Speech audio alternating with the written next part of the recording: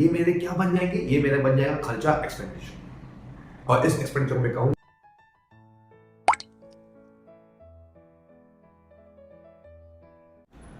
Hello friends, जैसे कि अभी तक हमने एफआरबीकॉम के फर्स्ट चैप्टर स्टॉक वैल्यूएशन हमने कंप्लीट कर चुका है।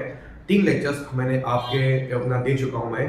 पहले में आपका स्टॉक वैल्यूएशन के इंट्रोडक्शन, फीफो किस तरह किया जाता है, उसके method, first method FIFO and second method आपका वेटेड एवरेज मेथड। अभी मैं आप लोगों के लिए एक सेकंड चैप्टर लेके आया हूं जो again one of the scoring chapter है।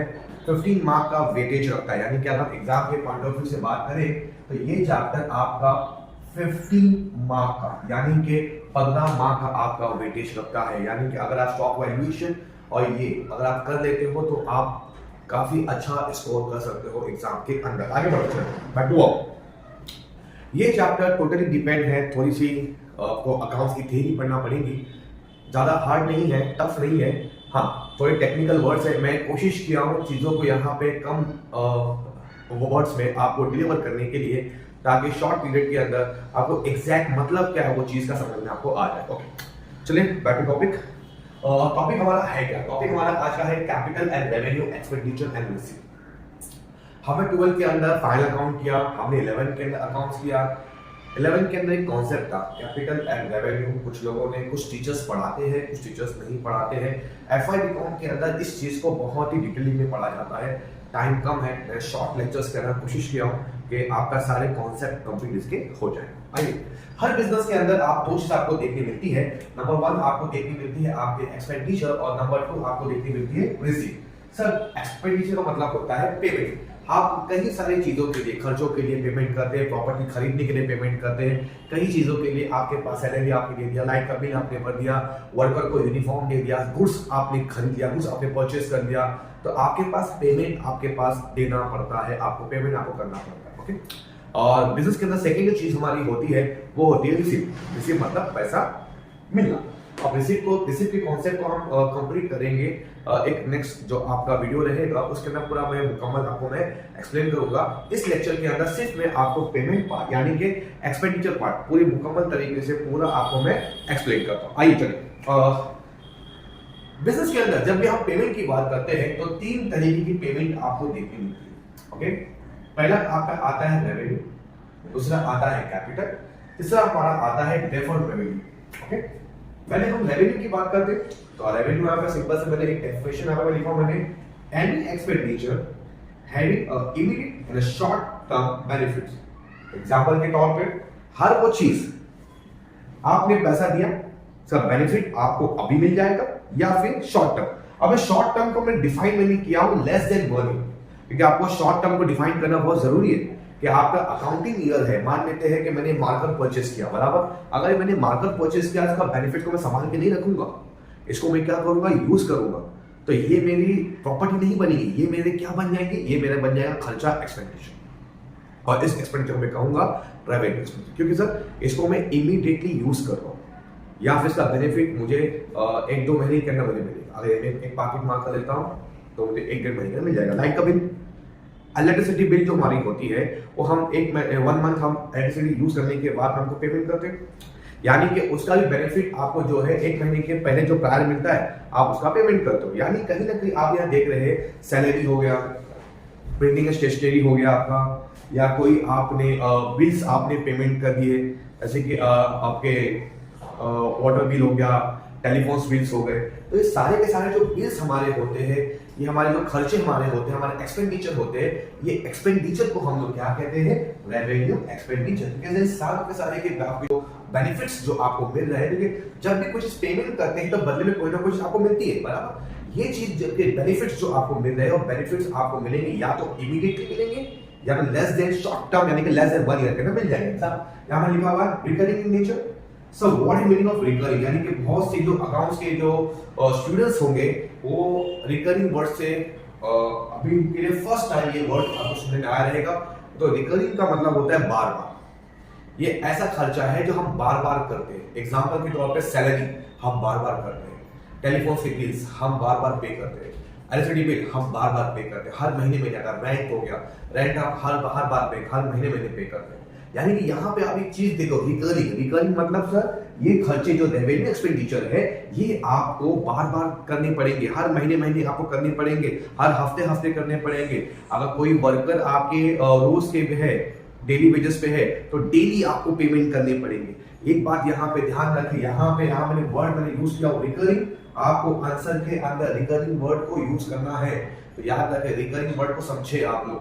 12 less than 1 year operating activity का पार्ट होगा और there is no resale value, there is no resale value, यानी कि इसको आप वापस से किसी और को बेच नहीं सकते हो। एग्जांपल के तौर पे एक बंदा आया, मैंने अपना वर्क किया, काम किया, मैंने वेजेस सैलरी पे कर दिया, अब वो वेजेस सैलरी मैं किसी और को रिपे नहीं कर सकता हूँ। भाई काम का मेरे को रीसेल करना है, रीसेल वाला नहीं, ऐसा नहीं होगा ना। एक बार को मैंने दे दिया, पैसा उसका हो गया, बराबर। लाइट का बिल हो गया, स्टेशनरी हो गई, मार्कर मैंने यूज कर दिया, यूज करने के बाद ये कच्चे के डब्बे में जाएगा, करेक्ट। ये थोड़ी ना कहीं पे अपना भंगार में जाएगा, भंगार में भी कुछ वैल्यूज की थोड़ी ना आने वाली है। यानी कि यहाँ पे सिंपल सी बात है, आप ऐसे कोई भी आप एक्सपेंसेस करते हो, ऐसे कोई भी आप एक्सपेंसेस करते हो जिसे कोई भी रीसेल वैल्यू नहीं होती है, तो वो भी क्वालिटी है आपकी किसकी, रेवेन्यू एक्सपेंडिचर की। एग्जांपल के तौर पे आपने एक मशीनरी, आपने एक ओल्ड मशीनरी को रिपेयर कर लिया, repair of machine, okay, maintenance of machine. Example के तौर पे आपने इसको ग्रीसिंग कर लिया, ऑयलिंग कर दिया, बराबर सफाई कर दिया, तो वो आपका रेगुलर मेंटेनेंस है, तो वो खर्चा जो आपका कहां जाएगा हमारा रेवेन्यू एक्सपेंडिचर के अंदर, duty and taxes on goods. आपने ड्यूटीज पे कर दिया, मार्क माय वर्ड, बहुत बार ऐसा होता है कि ये कॉन्सेप्ट के ऊपर क्वेश्चंस बहुत सारे आते हैं। यहां मैंने गुड्स लिखा हूं, गुड्स मतलब होता है रॉ मटेरियल, WIP तो नॉर्मली ट्रांसफर होता भी है, नहीं भी होता है, और फिनिशिंग। 3 टाइप के गुड्स आपने अभी तक मैन्युफैक्चरिंग अकाउंट अगर आप पढ़ रहे हैं तो देखिए, बराबर। तो इन सभी चीज को मिला के मैंने वर्ड बनाया, मैंने गुड्स, ओके। जब भी आप गुड्स कहीं से इंपोर्ट करते हो, इंपोर्ट मतलब परचेस, ओके, तो वहां पे आपको इंडियन गवर्नमेंट को आपको ड्यूटीज पे करनी पड़ती है, टैक्सेस पे करने पड़ते हैं। वो टैक्सेस, वो ड्यूटी आपके गुड्स का कॉस्ट का हिस्सा है, और गुड्स कंपनी के रेगुलर प्रोडक्शन का हिस्सा है। मतलब हम जब रॉ मटेरियल खरीदते हैं, इसको बनाते हैं, तो ये हमारा डेली वर्क है, तो डेली वर्क के लिए हमारा रिकरिंग आ गया। अब यहाँ पे डेली वर्क के लिए जो भी पैसा हम एक्सपेंस खर्चा करेंगे, ये खर्चा आपको कहाँ जाएगा सर, हमारा ये खर्चा जाएगा हमारा रेवेन्यू एक्सपेंडिचर के अंदर। याद रखें, ये पॉइंट्स याद रखें, ये पॉइंट्स आपको रीजन में लिखने होंगे। अगर आप 15 मार्क 15 मार्क का अगर है, तो आपके 2 मार्क के एक आपका रहेगा, जो भी ट्रांजैक्शन आपका है उस ट्रांजैक्शन को आपको डिफाइन करना पड़ेगा कि वो रेवेन्यू है, कैपिटल है, डेफर्ड है, और प्लस आपको उसके रीजन देने पड़ेंगे। तो रीजन एक बार देख लीजिए, एक बार again, any expenditure having a immediate short term benefits, recurring in nature, less than 1 year, operating मतलब बिजनेस एक्टिविटी का पार्ट होना चाहिए, और नो रीसेल वैल्यू। क्या बोला पूछा मैंने यहाँ पे, no resale value, no resale value, done देखो, नो रीसेल वैल्यू, यानी यहाँ पे उसकी कोई भी रीसेल वैल्यू यहाँ पे नहीं रहेगी। हम आगे बढ़ते हैं। सेकंड हमारा एक्सपेंडिचर हमारा जो रहेगा वो क्या है, हमारा कैपिटल एक्सपेंडिचर। अब जब भी हम कैपिटल एक्सपेंडिचर की हम बात करते हैं, जब भी हम कैपिटल एक्सपेंडिचर की बात करते हैं, तो कैपिटल एक्सपेंडिचर के अंदर यहाँ पे साफ बोला गया है, any expenditure carrying a future benefits, यानी कि फ्यूचर बेनिफिट्स, मान लेते हैं कि मैंने कोई प्रॉपर्टी खरीदा, और खरीदने के साथ साथ में उसकी जो अपना मशीनरी की एग्जांपल हम लेते हैं, मशीनरी से आज यूज करके मुझे देखना नहीं है, मशीनरी मेरे को लॉन्ग टर्म के लिए यूज करना है, मशीनरी मुझे मोर देन 1 ईयर के लिए यूज करना है, ये काफी वक्त लॉन्ग टर्म तक मेरे बिजनेस के अंदर होने वाली है, बराबर। तो ऐसे जो भी हम खर्चे करते हैं, ऐसे खर्चे के लिए हम वर्ड इस्तेमाल करते हैं कैपिटल एक्सपेंडिचर। वजह सर इसके पीछे नंबर 1, इट्स इंक्रीज द ये आपका नॉन रिकरिंग नेचर है, ये पार्ट मैं डिफाइन करता हूं, ये आपका नॉन रिकरिंग नेचर है। एग्जांपल, मशीनरी हम हर महीने ही खरीदते हैं, मशीनरी हम हर हफ्ते ही खरीदते हैं, हाँ 2 साल में 3 साल में हमने एक मशीनरी परचेस किया, यानी कि ये आपका रिकरिंग नेचर, बार बार की हुई एक्टिविटी नहीं होगी। नंबर 2, लॉन्ग टर्म बेनिफिट्स, ये आपको लॉन्ग टर्म बेनिफिट देंगी, और इसकी एक रीसेल वैल्यू होगी। यहाँ पे रिसॉल लिखा हुआ था, तो मेरे रीसेल जब मैंने कर दिया, सॉरी, तो यहाँ पे आपकी रीसेल वैल्यू यहाँ पे नहीं थी, यहाँ पे आपकी रीसेल वैल्यू होगी। Mark my word, revenue expenditure के अंदर there is no resale value, but capital expenditure भले वो आपका भंगार में बिकेगा, लेकिन बिकेगा। आपका फर्नीचर हो गया एग्जांपल, आपका बिल्डिंग हो गई, आपका मशीनरीज हो गई, अगर भले वो कितना भी खराब हो जाए, भले वो बंगाल में जाए, लेकिन उसकी एक रीसेल वैल्यू होगी।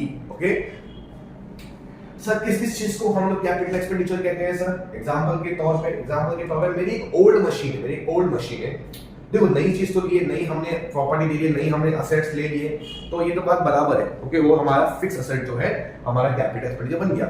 लेकिन सर अगर कोई हमारे पास ओल्ड मशीनरी है और कोई खर्चा उसमें करते हैं, तो क्या वो खर्चा हमारा रेवेन्यू में आएगा या कैपिटल में आएगा? सवाल का जवाब मान के चलते हैं, अगर मैंने कोई मशीनरी परचेज किया तो ऑफ कोर्स वो तो आपका कैपिटल एक्सपेंडिचर ही है। उसके ऊपर कुछ इंस्टॉलेशन चार्ज मैंने किया, वो भी आपके मशीन के खर्चे का ही पार्ट है, और वो भी क्या कहलाएगा? आपका कैपिटल एक्सपेंडिचर। वो कॉस्ट आपके मशीन के कॉस्ट के साथ में मिल जाएगा, क्लब हो जाएगा।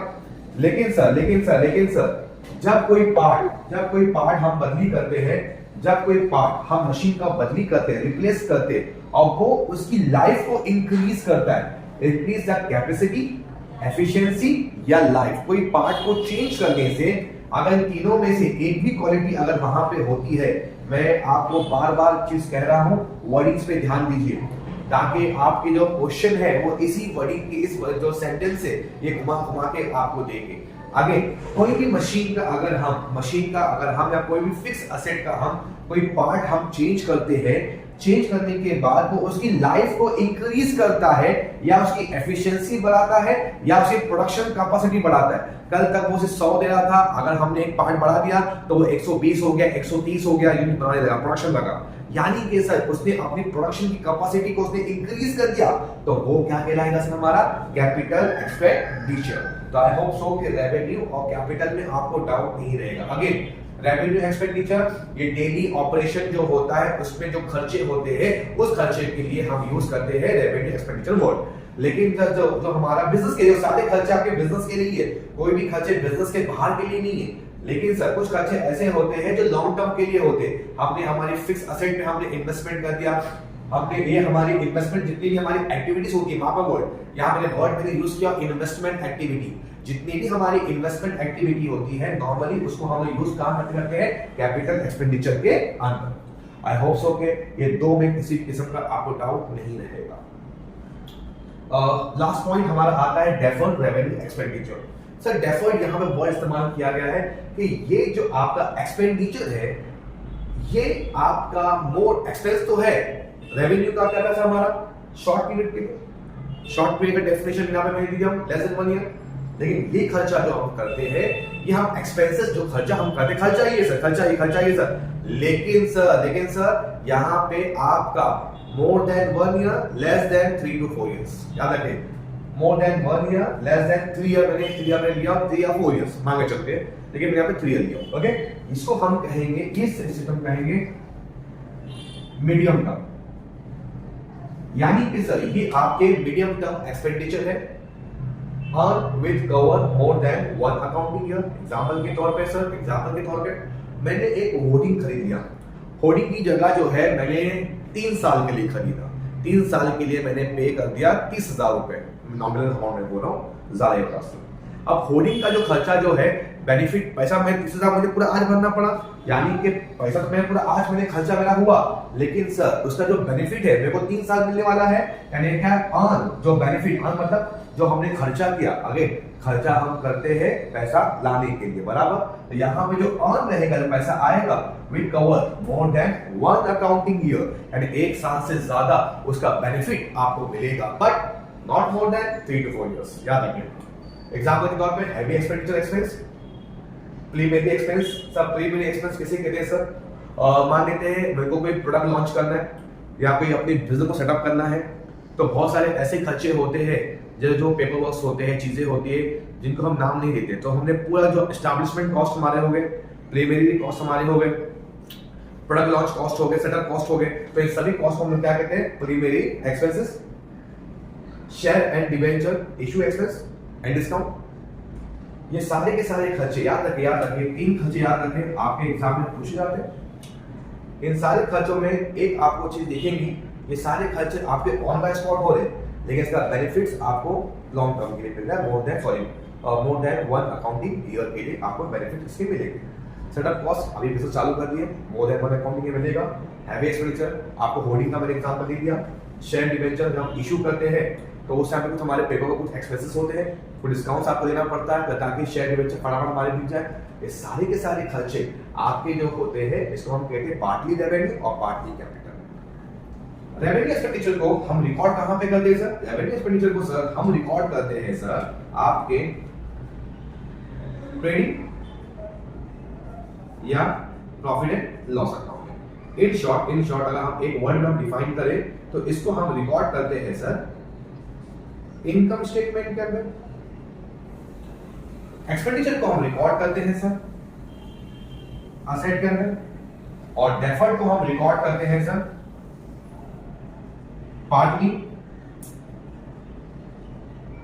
इनकम स्टेटमेंट और पार्टली आपका होता है असेट। इस तरीके से हम रिकॉर्डिंग हमारी होती है। और इसके क्वेश्चन जो है नेक्स्ट लेक्चर जो अपना रहेगा, नेक्स्ट लेक्चर के अंदर, नेक्स्ट सेशन के अंदर मैं इन तीनों के क्वेश्चंस आपको मैं एक्सप्लेन कर दूंगा ताकि आपको समझने में आसानी हो जाए। याद रखें आपके अभी 3 लेक्चर आपके और लगेंगे। अगले लेक्चर के अंदर रिसीट आपको मैं एक्सप्लेन करूंगा, फिर उसके अगले लेक्चर के अंदर capital expenditure, revenue expenditure, deferred के मैं आपको मैं पूरे 12 से 15 जो रेगुलर एग्जाम्स के अंदर जो क्वेश्चंस आते हैं वो मैं आपको डिफाइन कर दूंगा ताकि आपको एग्जाम के अंदर आसान हो जाए। फिर लास्ट लेक्चर जो हमारा रहेगा, जो हमारा कैपिटल एक्सपेंडिचर का लास्ट लेक्चर रहेगा, उसके अंदर रिसीट पेमेंट को और पूरा हम एक बार गो थ्रू कर लेंगे। तो thank you being a part of commerce for you.